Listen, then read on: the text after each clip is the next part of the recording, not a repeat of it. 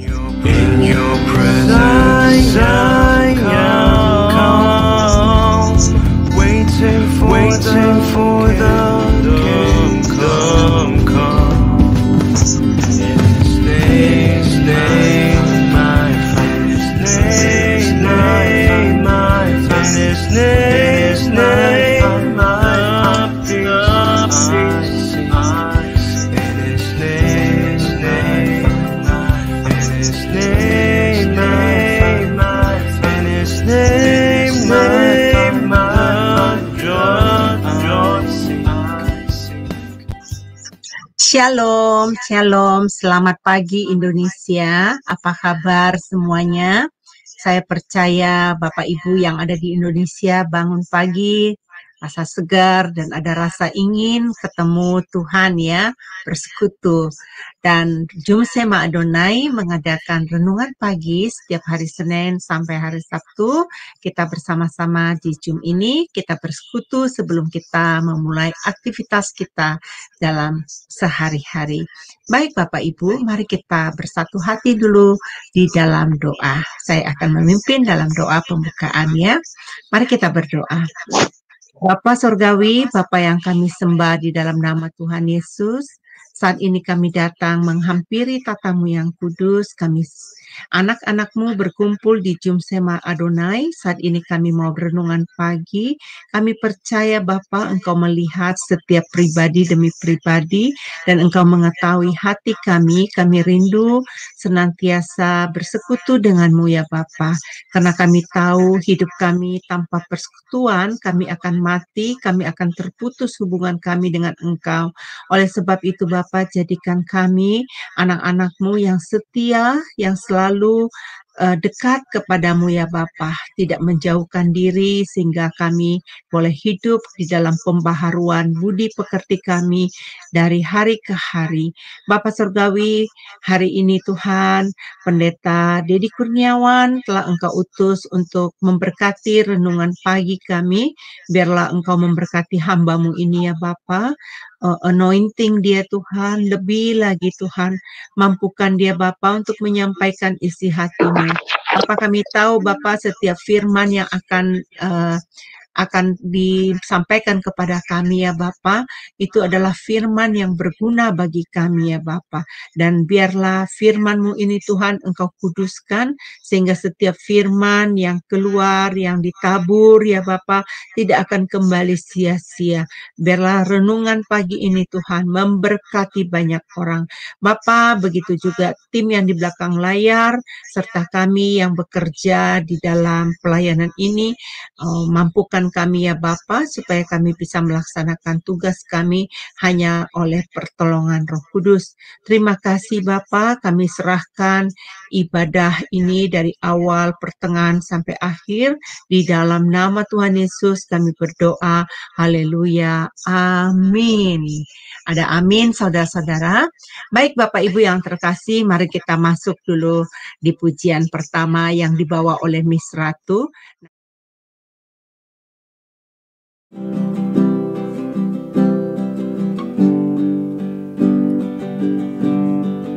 Aku mengasihi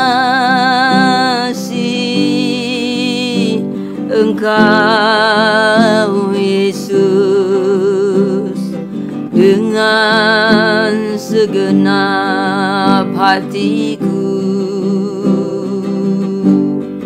Aku mengasihi Engkau Yesus dengan segenap jiwaku.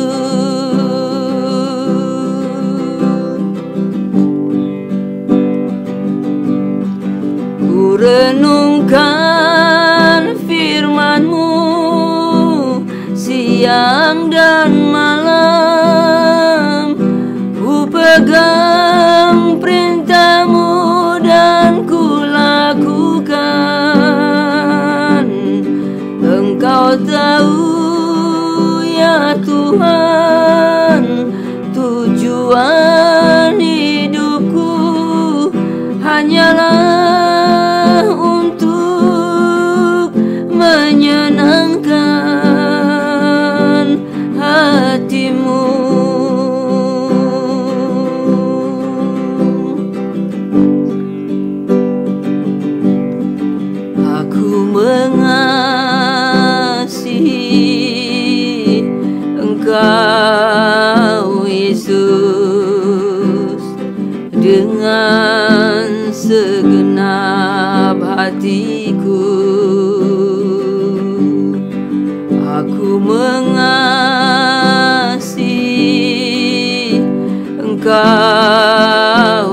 Yesus dengan segenap jiwaku.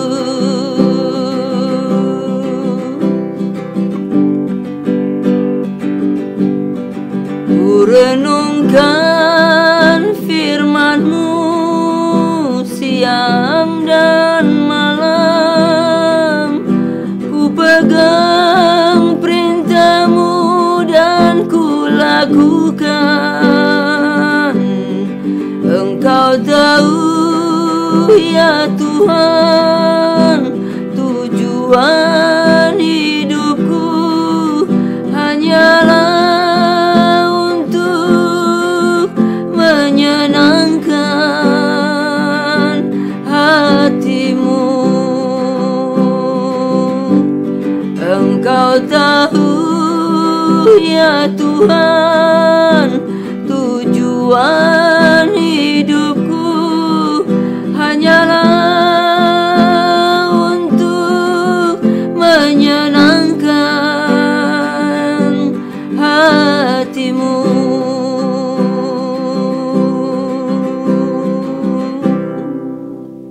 Baik Bapak Ibu, mari kita mempersiapkan hati. Kita akan mendengarkan renungan pagi kita bersama-sama. Dipersilakan Pak Dedi.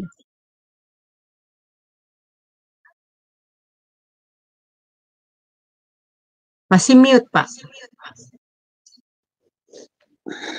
Ya baik, terima kasih Ibu Heni. Shalom, selamat pagi buat Bapak Ibu Saudara kita, baik yang di Zoom maupun Bapak Ibu yang menyaksikan ibadah renungan pagi kita hari ini lewat YouTube. Pagi ini kita akan merenungkan kebenaran firman Tuhan tentunya dari satu peristiwa yang tertulis di dalam Kisah Rasul, saudaraku. Nah, temanya adalah menjadi wanita yang misioner. Nah, Bapak Ibu, wanita misioner itu apa? Ya, ini kita mesti pahami ya Bapak Ibu ya. Jadi wanita yang misioner itu adalah wanita yang bijak, yang berwawasan luas, kemudian memiliki visi ke depan, tekad, dan semangat, serta ikut melayani Tuhan, dan kemudian menjangkau jiwa-jiwa, saudara. Nah, ini adalah pemahaman kita atau penjelasan tentang wanita misioner, Bapak Ibu ya. Nah, sangat jarang sekali kalau kita bisa melihat bahwa renungan-renungan ya atau khotbah-khotbah yang menyampaikan tentang peran wanita-wanita yang dipilih oleh Tuhan, baik yang ada di dalam perjanjian lama maupun di dalam perjanjian baru. Kalau dalam kelas homiletik tentunya bentuk khotbah ini adalah khotbah biografi ya Bapak Ibu ya.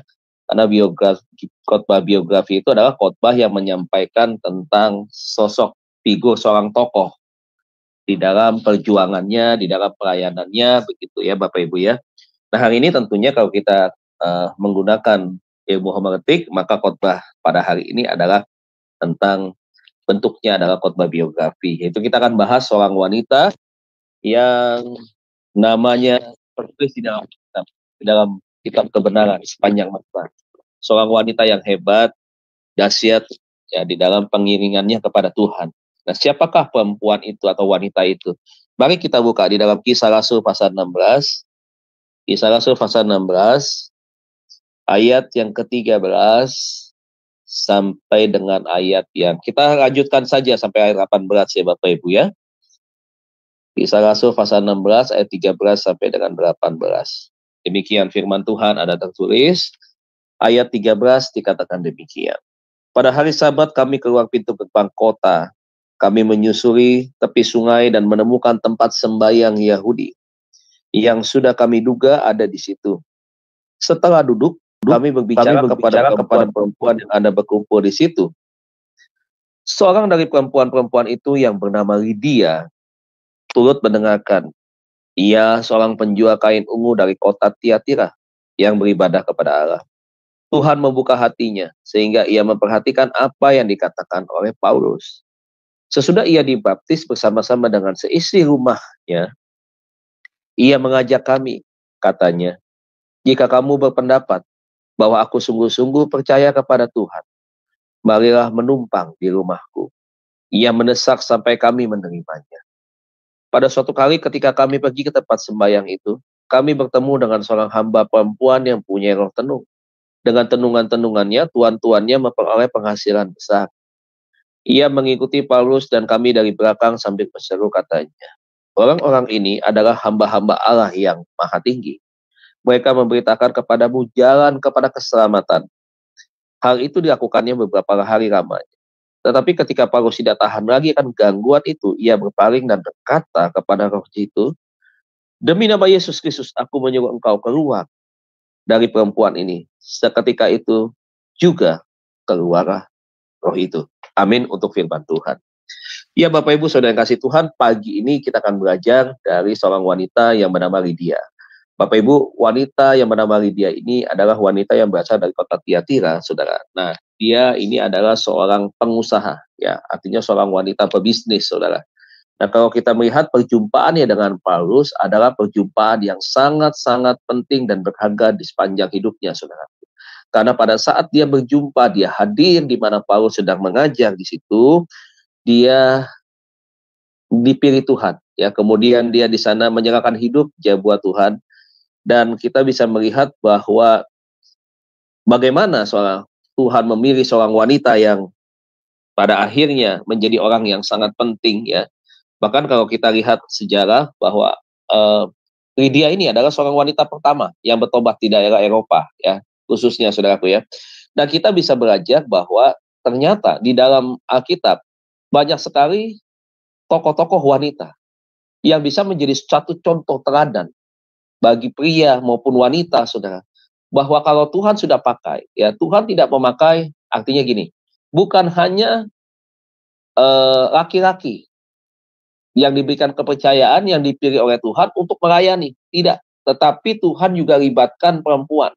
Artinya kalau di dalam kita melayani pekerjaan Tuhan, kita dipilih menjadi duta-dutanya Tuhan, begitu ya saudaraku, ya. Tuhan tidak hanya memberi mayoritas itu kepada laki-laki, tidak.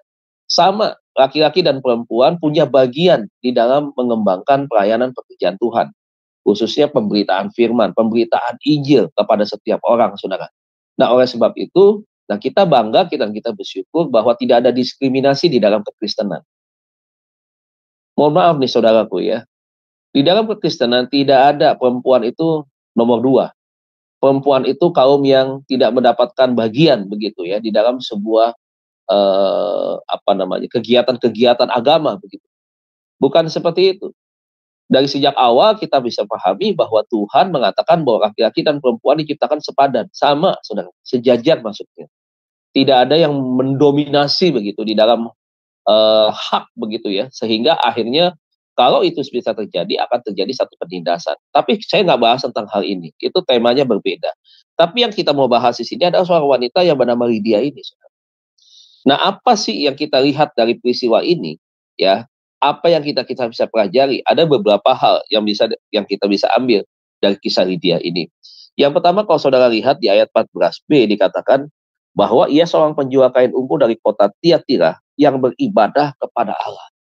Seorang pebisnis, ya, seorang yang punya ya, seorang yang sibuk tentunya, tetapi dia datang beribadah kepada Tuhan. Nah, poin pertama kita bisa melihat bahwa di sini adalah seorang yang bernama Lydia, ia adalah seorang wanita yang dapat mengatur waktu dengan baik. Dia bisa mengatur, dia punya manajemen waktu yang baik tentunya, saudara. Nah, kenapa saya katakan demikian, saudara? Buat seorang pebisnis tentunya untuk membagi waktu, kalau kita bisa melihat aktivitas dari seorang pebisnis, tentunya itu kadangkala yang sering kali terjadi adalah masalahnya adalah di masalah waktu. Sulit sekali untuk bisa bagi waktu. Beberapa orang ya semakin sibuk begitu. Tapi Lydia memberikan sebuah contoh pelajaran bagi kita. Jadi kalau saudara baca kisah Lydia, dia bukan seorang pengusaha yang biasa, ya, dia seorang pengusaha besar ini, saudara. Nah, saudara bisa melihat bahwa seorang yang berkecimpung dalam dunia bisnis, artinya pertama apa, saudara? Pertama bahwa Tuhan bisa pakai dia. Siapapun orang yang sekuler, ya, kalau Tuhan sudah memilih, ya, Tuhan pakai. Bisa. Bukan berarti hanya untuk orang yang dipanggil secara full time, tidak. Tetapi orang-orang yang berkecimpung di dalam marketplace bisa. Kalau Tuhan sudah mau pilih. Prinsipnya ketika Tuhan mau pilih adalah orang tersebut adalah orang yang punya hati. Mau dibentuk Tuhan. Nah, kalau kita bisa melihat dalam hal ini adalah apa? semangat Lydia untuk beribadah kepada Tuhan. Nah, seringkali kekalahan dibagi waktu ini adalah menjadi problem utama, begitu. Terlalu sibuk melakukan aktivitas, sulit untuk bisa membagi waktu. Sehingga apa yang terjadi, saudara? Sehingga akhirnya sangat sulit untuk kita bisa terjun ke dalam pelayanan. Sulit kita punya hubungan pribadi yang begitu dekat dengan Tuhan. Karena kesibukan itu begitu mengikat kita, mengikat seseorang, sehingga seseorang sulit untuk keluar dari sana. Sehingga ada saja halangan, tantangan, dan hambatan. Kalau kita bisa melihat, saudara, ya, di dalam kisah Lydia ini ada juga satu tantangan, ada hambatan, dan juga ada satu proses juga kepada perempuan lain. Sudah, nanti kita akan bahas sedikit itu ya, saudaraku ya. Tetapi kita hari ini lihat pada Lydia. Ya, kita lihat bahwa sebagai seorang pengusaha tentunya, manajemen waktu itu kita harus bisa menentukan. Kita harus bisa mengatur dengan baik. Kita harus punya skala prioritas yang akan kita pakai sebenarnya, Bapak Ibu. Yang mana nih yang kita mau pakai begitu. Ternyata di antara setiap kesibukan, Lydia sedang memberikan contoh. Ada waktu tertentu untuk bisa memberikan waktu beribadah kepada Tuhan. Jadi Bapak Ibu, kesibukan bisa saja kita alami masing-masing, ya, kita lakukan masing-masing, karena betul kita masing-masing punya kesibukan dan itu tidak salah. Tetapi Lydia, ya, firman Tuhan mengingatkan kepada kita, aturlah waktu itu dengan bijak. Aturlah waktu itu sedemikian rupa. Sehingga saudaraku, tidak hanya waktu-waktu kita untuk bisnis, waktu-waktu kita menjalani kesibukan itu dominan, itu ya itu menjadi sesuatu yang dominan, sehingga ada waktu-waktu yang lain tidak bisa kita berikan waktu yang terbaik. Nah, ini kita perlu belajar dari hal ini. Yang pertama itu ya, jadi wanita Lydia ini adalah seorang wanita ya, yang dapat bisa mengatur waktunya dengan baik. Ada waktu untuk berbisnis, ada waktu untuk bekerja, dan ada waktu juga untuk dia beribadah dan melayani Tuhan.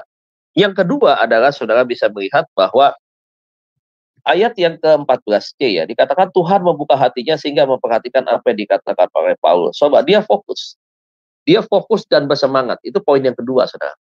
Dia fokus ketika dia dengar firman Tuhan, dia tidak mikirin tuh, oh ntar orderan nih ke Tanah Abang, begitu ya. Kalau sekarang nih Bapak contohnya, orderan ke Tanah Abang ya, berapa ratus kilo dia harus dikirim untuk kain. Gitu. Nanti ke Pasar Baru harus berapa kintal lagi yang harus dikirim. Nanti ke Pasar Pagi harus berapa gitu. Tidak. Dalam seorang bisnis, walaupun seorang pebisnis dia, ketika dia hadir, sedang beribadah di sana, dia fokus. Dia punya semangat. Untuk apa? Untuk mendengarkan, saudara. Nah, semangat dan fokus tidak boleh hilang daripada orang yang mencari Tuhan. Lydia, seorang wanita yang misioner ini, semangatnya dan fokusnya itu sangat luar biasa, saudara.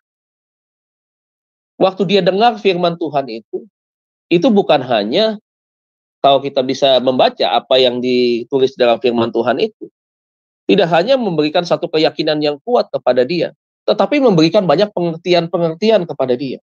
Saking cintanya dia ketika dia mendengar firman Tuhan itu, dia mempersilahkan ya Paulus untuk apa? Untuk menumpang di rumahnya, menyambut dengan baik, saudara. Nah, satu pengalaman yang luar biasa ketika dia dengar firman Tuhan, kemudian dia diberkati kepada firman Tuhan itu, dan kemudian dia bisa mengajak hamba Tuhan, ya dalam hal ini Paulus tentunya, untuk apa, saudara? Untuk sama-sama ada tinggal di dalam rumahnya. Dia menyambut dengan baik. Saya yakin ketika ada di rumah itu dia berkomunikasi, dia bercerita, dia belajar lagi, saudara. Dan saudara lihat, ini orang yang baru pertama kali firman tahu tentang Tuhan, beribadah kepada Tuhan, dengar apa yang diajarkan oleh Paulus. Tetapi lihat, saudara, ya, dia menerima itu, dia dibaptis dengan iman percayanya dia. Bahkan dikatakan di ayat 15, ya, tidak hanya dia yang dibaptis, seisi rumahnya itu dibaptis, saudara, menerima Tuhan. Satu perjalanan spiritual yang luar biasa, ya, perubahan yang terjadi sangat dahsyat di dalam hidupnya dan juga seisi rumahnya, saudara. Nah, Bapak Ibu, semangat tidak boleh patah, tidak boleh hilang dalam kehidupan kita. Kadang-kadang ada sifat kejenuhan yang dialami oleh manusia karena monoton melakukan itu terus, itu lagi begitu. Sehingga seringkali akhirnya fokusnya melenceng. Kehilangan semangat membuat orang gagal fokus. Fokusnya akhirnya berubah. Kalau tadinya fokusnya adalah untuk beribadah semangat, ya, senang dengan firman Tuhan, karena kesibukan, tidak bisa mengendalikan waktu, manajemen waktu tidak ada, fokus bisa berubah. Kalau fokus sudah berubah, saudara, ya kita masing-masing kita bisa punya pendapat penilaian. Bagaimana orang yang tadinya, saudara, ya, dengar firman Tuhan begitu antusias, punya kehausan yang tinggi, tetapi ketika dia mulai terjun kepada satu kesibukan-kesibukan, kadangkala inilah salah satu strategi iblis yang membawa orang pada akhirnya tidak fokus lagi untuk melayani Tuhan, untuk beribadah, untuk dengan Tuhan. Sehingga akhirnya apa yang terjadi? Yaitu tadi. Dan repotnya, sedihnya nih saudaraku, berita buruknya adalah banyak beberapa orang yang tadinya semangat ya untuk melayani dan mendengar kebenaran Tuhan, belajar, kemudian juga ya beribadah begitu ya. Sedikit-sedikit mulai mundur, mulai undur, ya, mulai tidak terlibat lagi. Itu biasa-biasa aja begitu. Tidak ada sesuatu yang membuat dia tidak damai sejahtera. Tidak ada sesuatu yang membuat dia sepertinya kok tidak nyaman begitu ya. Nyaman-nyaman aja begitu. Nah, inilah yang kadang-kadang membuat saya secara pribadi saya prihatin dan sedih, Bapak Ibu. Kok bisa begitu ya, gitu. Ada sesuatu yang kita lihat tidak ada apa-apa begitu. Nah, kalau misalkan ya, kalau misalkan secara pribadi kita sudah dekat dengan Tuhan, ada sesuatu yang hilang saja, itu berarti Roh Kudus sedang mengingatkan. Mengingatkan kita, nah, kau belum ibadah hari ini. Nah, kau belum renungan pagi hari ini. Nah, kau belum berdoa hari ini. Ada sesuatu yang kita diingatkan dan kita nggak nyaman begitu. Ada sesuatu yang kurang begitu. Nah, buat mereka-mereka yang tentunya sekarang tidak ada seperti apa-apa begitu ya, tidak ada rasa seperti apa-apa, tidak berdoa, tidak baca firman begitu, tenang-tenang aja. Nah, ini adalah sesuatu yang sangat memprihatinkan buat saya sebagai hamba Tuhan begitu, Bapak Ibu. Nah, saya tidak mau ya setiap orang yang karena kesibukannya kalah mengatur waktu, tetapi pada akhirnya hubungan pribadinya dengan Tuhan menjadi jauh, bahkan semakin kurang, saudara. Dan saya nggak mau seperti itu. Kita belajar seperti Lydia. Ya, Lydia memberikan sebuah contoh bahwa kita harus fokus dan bersemangat. Itu poin yang kedua. Poin yang ketiga, saudaraku, ayat 15, saudara perhatikan. Ia mengajak kami, katanya, jika kamu berpendapat bahwa aku sungguh-sungguh percaya kepada Tuhan, marilah menumpang di rumahku.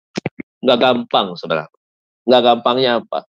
Baru kenal dengan hamba Tuhan, baru percaya, baru dibaptis, tapi mau mengajak, memberikan fasilitas untuk tinggal bersama-sama di dalam rumahnya, saudara. Ya, saya yakin ya hamba Tuhan begitu dijamu nih di sini nih ya. Paulus dijamu pasti ya, diberikan pelayanan yang baik di dalam rumahnya begitu. Nah, poin ketiga ini memberikan pengertian kepada kita bahwa Lydia itu adalah seorang yang murah hati. Ya, seorang yang murah hati. Prinsip murah hati ini harus menjadi sesuatu yang paling kelihatan di dalam diri anak-anak Tuhan. Harus menjadi sesuatu yang betul-betul kita bisa buktikan. Harus sesuatu yang bisa bermanfaat bagi orang lain. Ada alasan-alasan tertentu tentunya ketika kita melakukan kebaikan demi kebaikan kepada orang lain. Nah, kita bisa melihat orang yang baru kenal Tuhan, yang baru dibaptis, ya, yang baru mendengar begitu dahsyatnya, hebatnya firman Tuhan yang diajarkan oleh Paulus, saudara. Ya, dia begitu menghargai peran daripada hamba Tuhan, saudara. Nah, kalau kita lihat kembali kepada situasi keadaan manusia di akhir zaman hari ini, berapa banyak di antara orang yang ada di luar itu tidak menghargai profesi daripada hamba Tuhan. Begitu banyak penilaian-penilaian miring tentang pelayanan dari seorang hamba Tuhan. Penilaian-penilaian pribadi tentang hamba Tuhan. Ada orang-orang pelayan-pelayan terdekat yang saling curiga dengan hamba Tuhannya. Ada beberapa orang dari gereja-gereja yang lain yang sesama hamba Tuhan bahkan saling menjatuhkan. Saudara, kita bisa melihat, kita belajar. Kadang-kadang ini sangat-sangat ya firman Tuhan itu menemplak betul-betul ya. Mereka-mereka yang disebut Kristen sudah sejak lama. Apa yang ditemplak? Yang ditemplak adalah bagaimana ya orang yang baru dengar firman Tuhan saja, orang yang bukan Kristen saja, dia memberikan satu apresiasi penghargaan kepada hamba Tuhan. Ketika saya menyampaikan ini saat sekarang ini, saudara, itu bukan berarti saya sedang mempromosikan begitu ya, mempropagandakan Anda supaya ketika Anda ketemu dengan hamba Tuhan, Anda memberikan fasilitas. Bukan itu, ya, bukan itu. Tetapi di sini adalah respect, betapa menghargainya peran, ya, usaha pelayanan dari seorang hamba Tuhan yang sudah memberi dampak kepada dia, kepada si Lydia ini, maksudnya Paulus. Dia melihat betapa besarnya perubahan dalam hidupannya ketika firman Tuhan itu menguatkan dia, memberikan pelajaran penting bagi dia di dalam menjalani kehidupan. Dan dia bersyukur betapa Tuhan memilih dia. Begitu. Menjadi bagian daripada tim pelayanan daripada Paulus. Kalau kita lihat ke depannya, saudara. Ya, jadi dia menyambut itu. Ketika dia menyambut ya hamba Tuhan, dia memberikan yang terbaik kepada hamba Tuhan. Dia sedang secara tidak langsung, saudara, dia sedang melakukan sesuatu yang merupakan bahwa hamba Tuhan itu adalah representatif daripada Tuhan sendiri, saudara. Ada satu penghormatan yang dia tunjukkan kepada Paulus, saudara. Nah ini, saudaraku, ya, kita bisa melihat tentang bagaimana nilai, ya, kemurahan hati, ya, ditunjukkan oleh Lydia. Ayo dong, kadang-kadang nih Bapak Ibu, ya, saya kembali mengingatkan tentang Natal. Saya keluar daripada konteks sedikit, tetapi kaitannya dengan sifat murah hati. Beberapa orang, beberapa gereja merayakan Natal itu sampai M-an, bahkan bisa belasan M, mungkin puluhan M.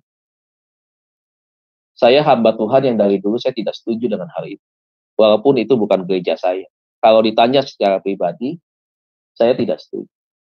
Kadang-kadang ada gereja mengadakan perayaan Natal, pesta makanan yang mahal-mahal, yang enak-enak.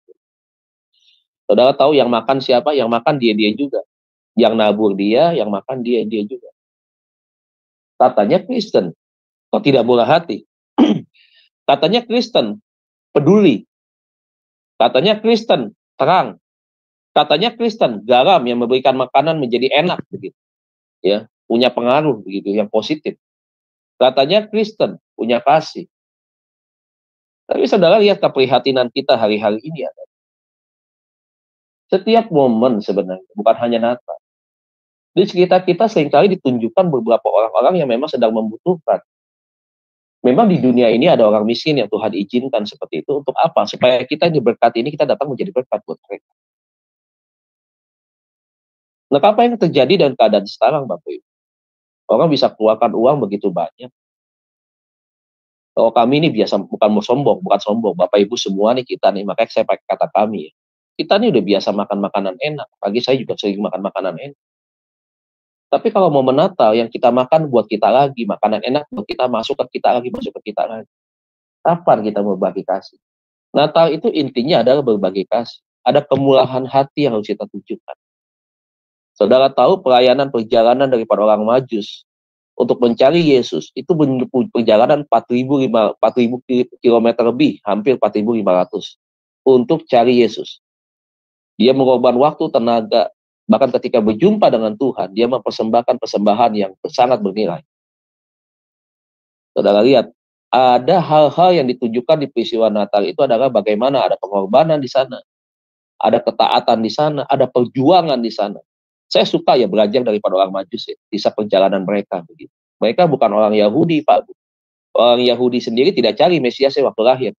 Tapi orang dari Persia, dia harus berjalan 4.000 km lebih untuk mencari Yesus. Dan kemudian dia mempersembahkan yang terbaik dari apa yang dia miliki untuk Tuhan.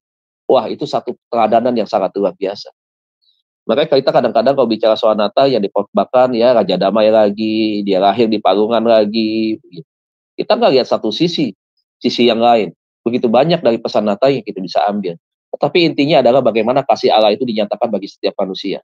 Nah sekarang kalau kita Natal, kenapa kita sulit untuk kita berbagi kasih kepada mereka yang membutuhkan? Saya tidak membanggakan gereja kami. Gereja kami kemarin mengundang 275 anak yatim kami undang. Untuk apa? Sponsor itu menabur begitu banyak. Ada makanan-makanan, ya, hamper yang mereka siapkan. Ada souvenir yang diberikan buat anak yatim. Kita undang makan, kita ajak makan enak di sana. Ada beberapa menu banyak begitu.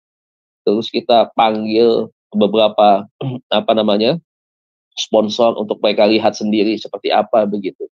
Ya, kami ajak untuk mereka bisa menikmati ini. Kami berbagi, ada yang memberikan apresiasi dalam bentuk uang dan seterusnya kepada setiap anak-anak begitu ya. Ada gift Natal yang lainnya banyak banget begitu. kita berikan kepada mereka. Ini bukan untuk dipuji, tetapi sebenarnya saya sedang menggerakkan hati kepada tim kami semua, bahkan juga kepada the next leader yang ada di bawah saya. Untuk satu kali ketika kau jadi gembala, kau memperhatikan mereka, kasih makan mereka, begitu. Kasih tahu, ya, kasih tahu kepada mereka semua nih, bahwa Natal itu bukan dari kita untuk kita, tetapi dari kita untuk mereka. Begitu. Belajar dong untuk murah hati, ya, sama seperti Lydia, murah hati. Dia persilakan Paulus ke rumahnya, dia menyambut masuk Paulus dengan rasa hormat, rasa respek yang tinggi, seperti itu. Nah sekarang kita nih bagiannya di tengah-tengah situasi krisis seperti ini, ayo, Kristenan bukan cari pujian, tapi kekristenan adalah tindakan. Kekristenan itu adalah perbuatan. Tunjukkan itu keluar. Ayo, jangan beda-bedakan waktu kita berbagi kasih Natal. Kita ada sama-sama merayakan malam Natal dengan lilin, ya, malam kudus di kolong jembatan. Setelah kita makan bersama dengan mereka. Jangan kita merasa jijik, Pak, Bu. Ah, mereka kan kotor, lingkungannya kan banyak nyamuk, nanti kena penyakit, nanti kena DBD, nanti kena tipes. Ya, kau jangan layani gitu, ya. Saudaraku, jangan beretorika, ya. Jangan hanya pintar untuk berbicara, tetapi dalam aplikasi nol, ya. Mari kita keluar. Di momen Natal ini sangat penting, ya, untuk kita sama betul-betul berbagi. Mereka yang dapat hari ini gaji ke-13, THR, dan seterusnya, ayo berbagi. Ini wanita-wanita nih saya lihat pelayanan sekarang makin hebat, luar biasa. Kita pria-pria ketinggalan. Banyak wanita-wanita misioner hari ini yang kalau saya ikut Zoom aja nih Bapak Ibu, ya, bukan Sema Adonai doang. Yang saya selalu ikut Zoom, saya diundang masuk ke Zoom beberapa Zoom, saya lihat. Itu selalu saya perhatiin, saudaraku. Itu banyak lagi perempuan lagi. Di komunitas ini perempuan, komunitas ini perempuan, komunitas ini perempuan. Saya lihat mana nih laki-laki. Udah jangan ada alasan dah, ya, buat bapak-bapak yang di luar sana. Ah, saya kan cari duit, capek, badan kan berkeringat, kaki pada pegel nih, otot-otot semua jadi kaku. Udah waktunya kita kan istirahat, waktunya kita kan ya udah kita wakilkan dengan istri kita aja. Alasannya banyak tuh, 1001 macam alasan. Ini bukan penghakiman, bukan saya sinis, bukan saya tidak suka, tapi saya sekadar mengingatkan, firman Tuhan itu adalah membangun. Firman Tuhan itu memang sedikit keras, tetapi tujuannya sangat penting bagi setiap kita, tidak hanya laki-laki dan perempuan. Nah, saya mau supaya bapak-bapaknya punya satu kegerakan begitu.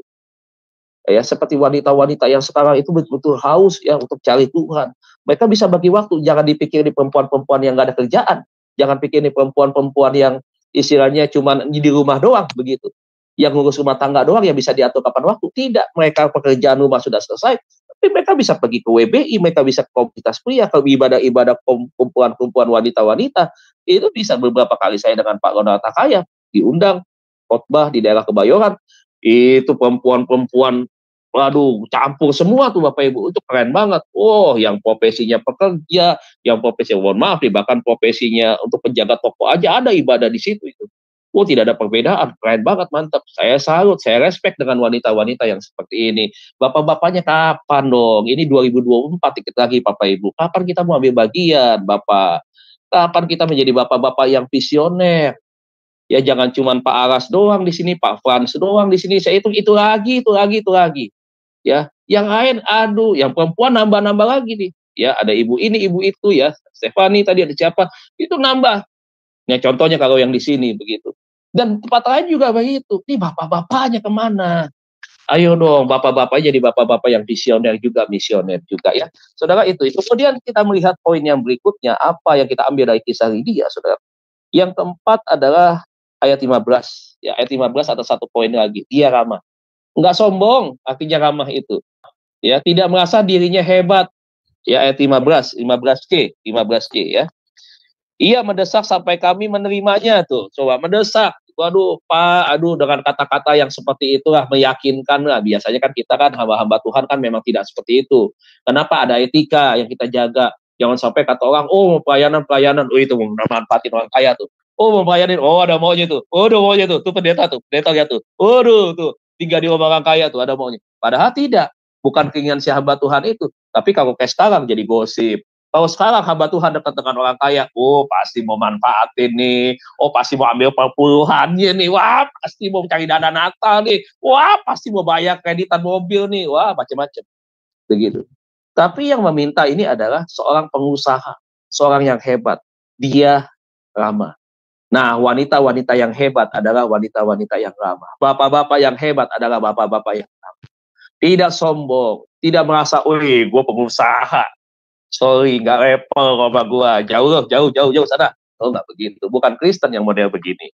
Tapi orang yang Kristen, dia adalah yang ramah. Siapapun, Bapak Ibu, ayo silakan masuk, ayo. Wah, seperti biasa. Itu tidak menjadikan apa yang dia miliki, itu menjadikan sebuah senjata utama untuk dia bisa melakukan diskriminasi atau milih-milih orang. Tidak. Ya, tetapi dia seorang yang betul-betul ramah. Orang kalau bisa ketemu dengan orang yang ramah nih, kita enak. Selamat pagi Pak, kayak Bu Heni. Selamat pagi Pak Dedi, selamat pagi Pak Ala, selamat pagi Bu Cisana, semua nyapa. Senang nggak kita? Senang, ramah. Nah, ramah itu sudah menjadi satu gaya hidup. Memang itu adalah bagian daripada sifatnya, karakter. Nah, kita mau belajar seperti itu. Kita mau ramah dengan semua orang, siapapun. Enggak perlu lihat profesinya apa, enggak perlu lihat sukunya apa, enggak perlu lihat latar pendidikannya apa. Jangan ukur dengan jabatan kita, enggak penting itu. Oh, kita kan konglomerat nih, masa kita mau tegur yang begitu? Aduh, salah. Ya, justru kita harus tegur itu. Nah, semakin jadi konglomerat, jadilah konglomeratnya Tuhan. Semakin jadi orang kaya, jadilah orang kaya, tidak hanya di dalam materi, tetapi juga kaya di dalam kebajikan dan kebaikan. Yang keempat, atau yang kelima, yang terakhir, saudaraku, ayat yang ke-15a, ya, tadi saya kelewat ya, 15a. Jadi poin yang kelima nih. Yang pertama adalah murah hati, yang kedua adalah semangat, yang ketiga, yang kedua adalah bersemangat dan fokus, yang ketiga adalah dapat mengatur waktu yang baik, yang keempat adalah ramah, dan yang kelima memiliki pengaruh yang baik. Ayat 15a. Sesudah ia dibaptis bersama-sama dengan seisi rumahnya, ia mengajak kami, katanya, jika kamu berdapat bahwa aku sungguh-sungguh dapat percaya pada Tuhan, maka marilah menumpang di rumahku. Saudaraku, ini saya gabungan ya Bapak Ibu ya. Saya gabungkan ini menjadi satu hal yang memberikan satu pemahaman yang secara luas bahwa memiliki pengaruh yang baik ini itu berbicara tentang dampak figur seseorang ya, figur seorang yang bisa melakukan kebaikan ya kepada setiap orang, kemudian kebaikannya itu bisa diterima dan bisa dirasakan setiap orang, dan kebaikannya itu bisa bermanfaat bukan untuk dirinya, tetapi secara umum. Secara umum di sini kalau kita bisa melihat apa kebaikan yang bisa dirasakan oleh Paulus, dirasakan oleh seisi rumahnya, dan juga kebaikan kepada dia. Saudara lihat nih, ini ada 3 dampak. Ya, dampak kepada diri sendiri, dampak kepada hamba Tuhan. Paulus dalam hal ini adalah dampak kepada sisi rumah. Artinya setiap anggota keluarga yang ada di dalamnya, saudara. Nah, ini adalah satu pengaruh yang baik. Pengaruh yang baik, saudara, itu harus diciptakan. Pengaruh yang baik itu harus dibangun dan harus diterapkan. Jangan sampai pengaruh yang baik ini, saudaraku, ya, itu kita lupakan. Sebenarnya tidak dilupakan sih, ya, sebenarnya tidak dilupakan, tetapi kita tidak biasakan begitu. Pengaruh yang baik ini, saudara, saya pasti tahu tidak hanya berbicara tentang dalam sebuah pelayanan, di dalam sebuah komunitas yang seiman, tidak. Tetapi pengaruh yang baik ini harus tercipta, melekat di dalam diri kita, menjadi satu bagian dari hidup kita yang kelihatan begitu. Nah, jangan saudaraku ketika pengaruh yang baik ini berubah karena itu tadi, ya, karena pengaruhnya apa? Karena pengaruhnya tadi, ya, status itu. Nah, status seringkali membuat orang akhirnya sulit untuk bisa berpengaruh dengan baik. Sudah menjadi hamba Tuhan juga, saudaraku, seringkali adalah sebuah ujian. Ya, ada cobaan-cobaan di sana yang seringkali pada akhirnya orang mengikuti keluar dari diri dia yang sebenarnya. Ada yang bilang, belajar dong, tunjukkan dong kewibawaan. Lama-lama belajar untuk berwibawa, bukan berarti kewibawaan tidak penting, tetapi belajar daripada kewibawaan itu, tapi ujung-ujungnya akhirnya salah. Bisa akhirnya bukan wibawa yang muncul, tetapi kesombongan di sana, keakuhannya, menunjukkan kehebatan pribadinya yang keluar dari sana. Akhirnya apa yang terjadi? Kesombongan. Nah, yang ini nggak boleh. Ya, nggak boleh tentunya. Semakin kita di dalam Tuhan, semakin ke depan, semakin berubah dengan baik. Bukan mundur. Udah setengah nih, misalkan setengah nih. Levelnya setengah. Ini tiba-tiba mundur lagi, mendekat. Arti kan turun ini, saudara. Bukan seperti itu. Justru ketika kita awal start sama seperti Lydia, ke depan kita harus semakin lebih baik. Semakin baik, semakin baik, semakin baik, semakin baik. Nah, inilah yang disebut dengan satu pengaruh yang baik. Pengaruh yang baik itu tercipta, kenapa? Karena kita tahu nih, bahwa Tuhan di dalam kita yang membentuk kita, yang memproses kita. Nah, sekarang, dari sekarang, Keputusan kita adalah kita tinggal mengikuti aja. Kalau kita tinggal mengikuti, saya yakin Bapak Ibu semua ini kebaikan demi kebaikan. Makanya ada yang bilang, Pak, apakah masuk surga hanya perbuatan baik? Tidak. Kalau kita melakukan kebenaran, otomatis di dalam kebenaran itu kita sudah melakukan perbuatan-perbuatan yang baik, saudaraku. Jadi bukan dominan perbuatan baik saja. Buat apa perbuatan baik tanpa beriman di dalam Tuhan? Karena perbuatan baik, berbuat baik, punya pengaruh yang baik, itu bisa dilakukan oleh siapa saja. Makanya tadi saya bilang, identitas kekristenan kita jangan sampai pengaruh baik itu tidak kelihatan. Karena di dalam perjalanan pertumbuhan iman, otomatis kita semakin hari makin punya pengaruh-pengaruh yang baik, perbuatan-perbuatan baik, hal-hal yang baik, itu semakin kelihatan ke depannya. Nah, ini yang harus kita renungkan bersama-sama, yang harus kita kerjakan bersama-sama di dalam pengiringan kita kepada Tuhan.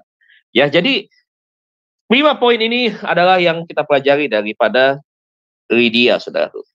Jadi kalau kita bicara soal peran Lydia, ya saya bacakan secara cepat saja, saudaraku ya.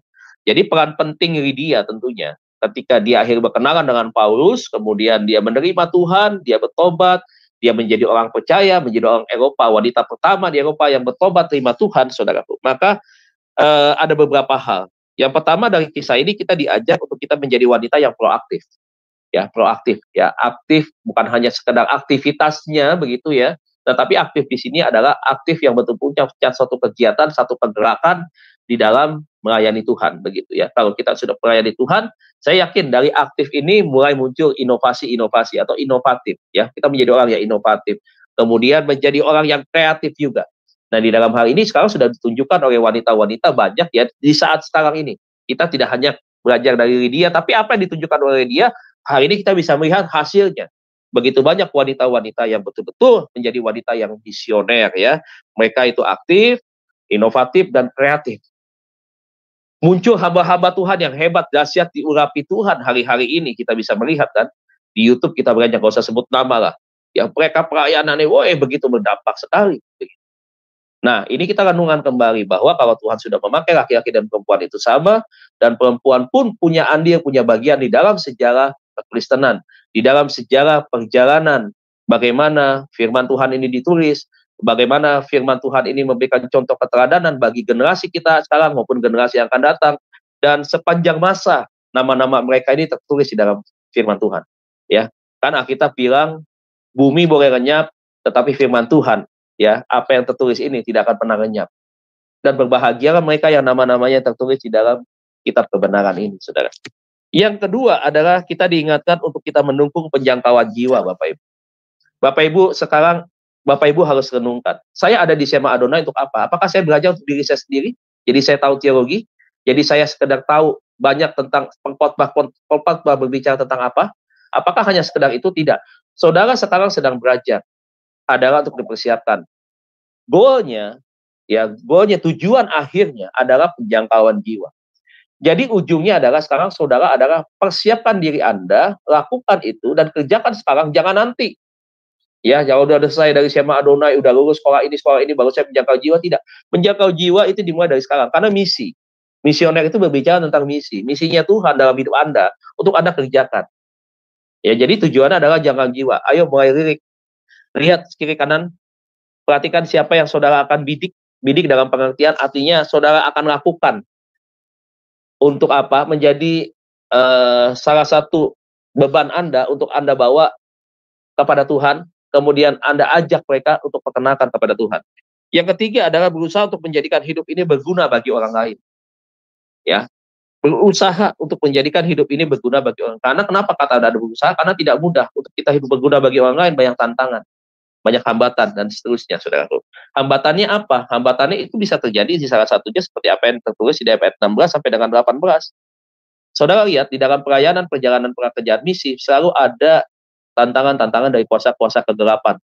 Selalu ada. Ya, kebetulan di dalam ayat 16 18 ini diceritakan tentang seorang wanita penenung ya, yang wanita penenung yang kedapatan dia berprofesi menjadi seorang itu tadi ya, ahli ramal dan seterusnya, saudaraku ya. Ada hambatan dan tantangannya, maka berusaha. Artinya apa? Berjuang untuk itu.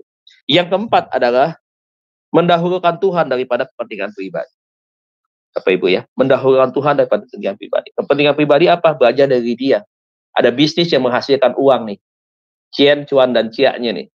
Tetapi dia bisa kesampingan itu, dia bisa geser, dia bisa atur itu. Bukan hanya tentang saya, kata saya sendiri dia. Bukan hanya untuk saya, tetapi saya juga untuk Tuhan. Saya mau juga untuk hamba Tuhan. Saya mau juga untuk pelayanan orang-orang percaya. Saya juga mau untuk saudara-saudara saya. Nah ini, begitu. Jadi tidak hanya untuk kepentingan kita, tetapi buat kepentingan orang lain, khususnya buat saudara-saudara kita. Ayo Bapak Ibu, 4 hal daripada peran penting ini harus kita kerjakan dari apa yang dilakukan oleh dia. Demikian firman Tuhan Bapak Ibu Saudara sekalian, renungan pagi hari ini. Jangan pernah kalah terhadap hambatan, rintangan, tantangan apapun juga yang dihadapi di dalam diri Bapak Ibu, tetapi kita harus kembali, semua yang kita lakukan adalah untuk Tuhan. Dan kita perlu belajar dari apa yang tertulis di dalam firman Tuhan, supaya perjalanan kita menjadi satu perjalanan yang memang diharapkan oleh Tuhan. Tuhan Yesus memberkati kita semua. Amin untuk firman Tuhan. Saya kembalikan kepada moderator. Tuhan Yesus berkati. Iya, terima kasih banyak Pak Dedi. Pesan khusus buat kita, anak-anak Tuhan ya. Jadilah wanita yang misioner ya. Jadi walaupun Anda pria-pria, ini bukan Anda harus menjadi wanita ya, tukar gender, bukan, tetapi ini adalah panggilan buat kita setiap anak-anak Tuhan menjadi penginjil ya. Dan baik Bapak Ibu yang terkasih, mari kita satukan hati di dalam doa ya. Kita bersyukur akan firman Tuhan. Bapa Surgawi, terima kasih untuk kebenaran firman Tuhan yang diberikan kepada kami ya Bapa. Kami percaya apa firman yang disampaikan kepada kami sungguh untuk menegur kami ya Bapa, untuk kami untuk bisa menjalani visi dan misimu di muka bumi ini, menjadi wanita yang misioner ya Bapa. Kami belajar dari satu orang tokoh Lydia ya Bapa yang telah Engkau pakai. Kami juga mau memiliki semangat seperti beliau Tuhan yang pernah ada di muka bumi ini. Dia ramah terhadap sesama dalam pelayanan juga Bapa. Dia memiliki kemurahan hati ya Bapa. Bapa, kami juga mau sama seperti itu supaya kami memiliki pengaruh yang baik untuk bisa mempengaruhi orang dan bisa mengajak mereka untuk datang kepadamu ya Bapa. Bapa, mampukan kami ya Bapa untuk belajar kebenaran firman-Mu, dan setelah itu Bapa yang menjadi goal-Mu agar kami bisa menjangkau jiwa-jiwa, menginjil Tuhan, untuk membawa orang datang untuk diselamatkan ya Bapa. Biarlah Bapa kami juga mengerti bukan hanya untuk kepentingan pribadi kami saja, tetapi kami bisa mementingkan keperluan orang lain juga Bapa, agar mereka tidak binasa. Bapa, terima kasih untuk Jumsema Adonai. Setiap hari kami menyuarakan tentang kebenaran. Biarlah kebenaran ini tidak kembali sia-sia Bapa, tetapi kebenaran ini akan memberkati banyak umat-Mu. Berkati hamba-Mu Tuhan yang telah menyampaikan renungan pagi hari ini. Biarlah apapun yang menjadi pelayanan hamba-Mu ini, dia menjadi gembala sidang, dia menjadi dosen di STT, dia menjadi pengajar-pengajar di Jum-Jum lain Tuhan, di gereja-gereja lain Bapa. Pakai dia Tuhan, lebih heran, lebih ajaib. Berkati istri dan anak-anaknya, berkati juga usahanya ya Bapa. Bapa Surgawi, kami serahkan seluruh ibadah dari firman Tuhan hari ini yang akan menjadi rema dalam hidup kami oleh pertolongan Roh Kudus, dan kami percaya firman-Mu akan hidup, akan menyinari perjalanan hidup kami untuk menyongsong kedatangan-Mu yang kedua kali. Bapa Surgawi, terima kasih, di dalam nama Yesus kami berdoa. Haleluya, amin. Bapak Ibu, saya percaya apa firman Tuhan yang telah disampaikan hari ini ya, itu akan menjadi bagian kita. Mari Bapak Ibu, kita terus mau menjadi pelaku firman Tuhan. Mari kita menyimak satu pujian dari Miss Ratu yang adalah lagunya Ku Yakin dan Percaya.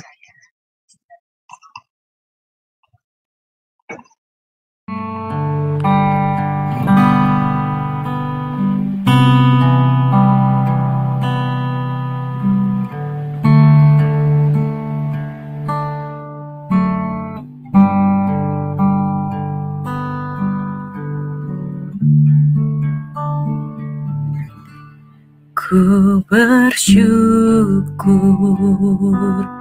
ya Bapakku atas perbuatanmu. Ku bersyukur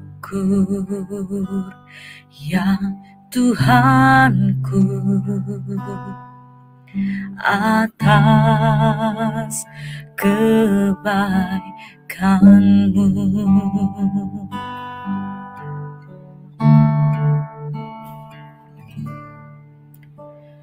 Tuhan, ini hidupku,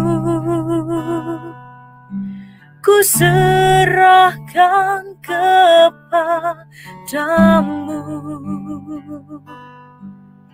Ku taruh semua harapku padamu.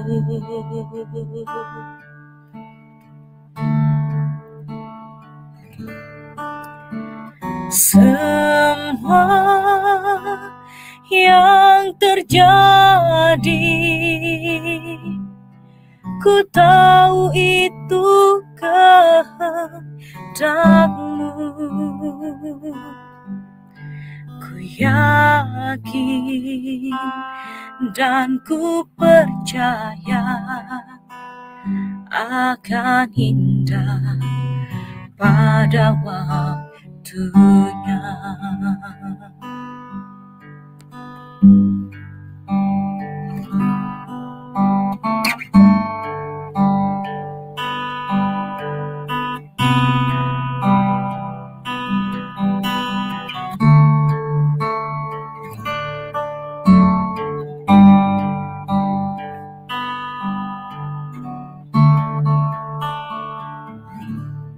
Ku bersyukur ya Bapakku atas perbuatanmu. Ku bersyukur ya Tuhanku atas kebaikanmu.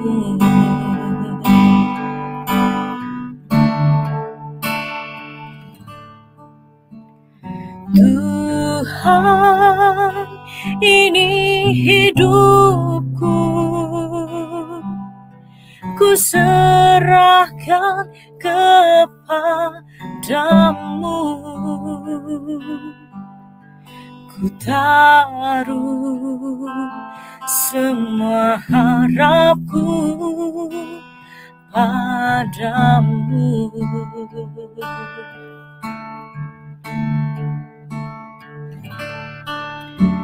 Semua yang terjadi, ku tahu itu kehendakmu. Ku yakin dan ku percaya akan indah pada waktunya.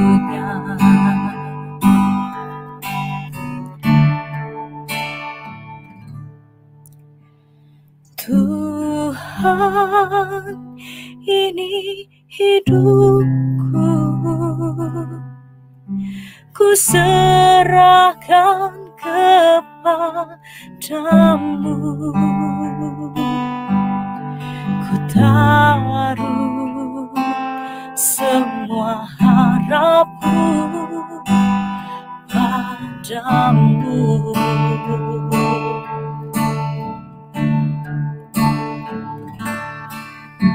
Semua yang terjadi,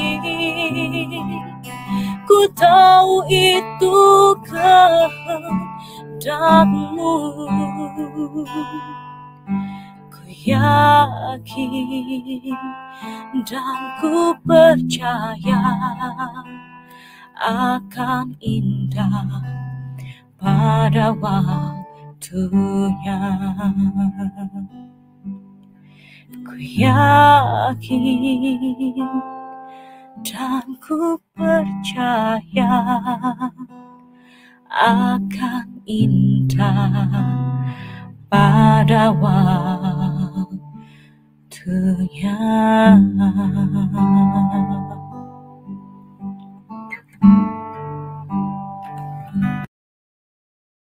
Ya, pujian yang sangat indah ya. Seorang wanita yang latar belakang dari agama seberang, dia menjadi anak Tuhan yang luar biasa. Dari jeritan hatinya, ini karangannya sendiri lagunya ya. Saya mengenal dia kira-kira 4 tahun yang lalu ya. Jadi dia memiliki jiwa sangat sekali mau menginjil melalui puji-pujiannya. Cuman sangat disayangkan sekali saat ini karena dia punya baby, jadi dia tidak bisa mengarang lagu lagi. Dan dia berkata kepada saya, nanti kalau setelah anak saya udah besar, saya akan nyanyi lagi Bu, katanya gitu. Saya akan ngarang lagi. Udah banyak Tuhan kasih dia di benaknya itu pujian-pujian. Nah, kita berdoa buat Miss Ratu supaya Miss Ratu ini bisa membesarkan ketiga anaknya yang masih kecil-kecil ya. Jadi supaya nanti dia bisa dipakai menjadi wanita yang misioner ya di hadapan Tuhan. Baik Bapak Ibu, besok kita akan kembali bersama-sama dalam renungan pagi bersama-sama yang akan dibawa oleh Pendeta James Riyadi ya.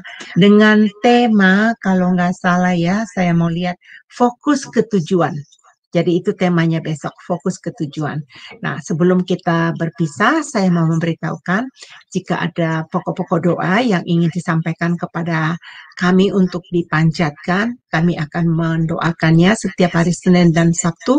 Dan Bapak Ibu, mari berikan pokok-pokok doa, kalau perlu bergabung bersama kita. Karena dengan doa yang sepakat, dia besar kuasanya. Kita doakan sama-sama ya. Baik Bapak Ibu, sebelum kita berpisah, mari kita menerima berkat dari Pak Dedi Kurniawan. Dipersilakan kan Pak. Terima kasih Ibu Heni. Baik Bapak Ibu Saudara sekalian, kita akan mengakhiri renungan pagi kita hari ini. Mari kita tundukkan kepala dan siapkan hati kita untuk kita terima berkat daripada Tuhan. Bapak, terima kasih buat renungan pagi hari ini. Kami semua bersyukur, kami boleh ada di dalam hadirat Tuhan, kami boleh datang kepadamu. Sebelum kami mulai aktivitas kami mencari Tuhan. Bapak, sebentar kami akan melakukan aktivitas kami, biar aktivitas kami kiranya ada di dalam tangan Tuhan.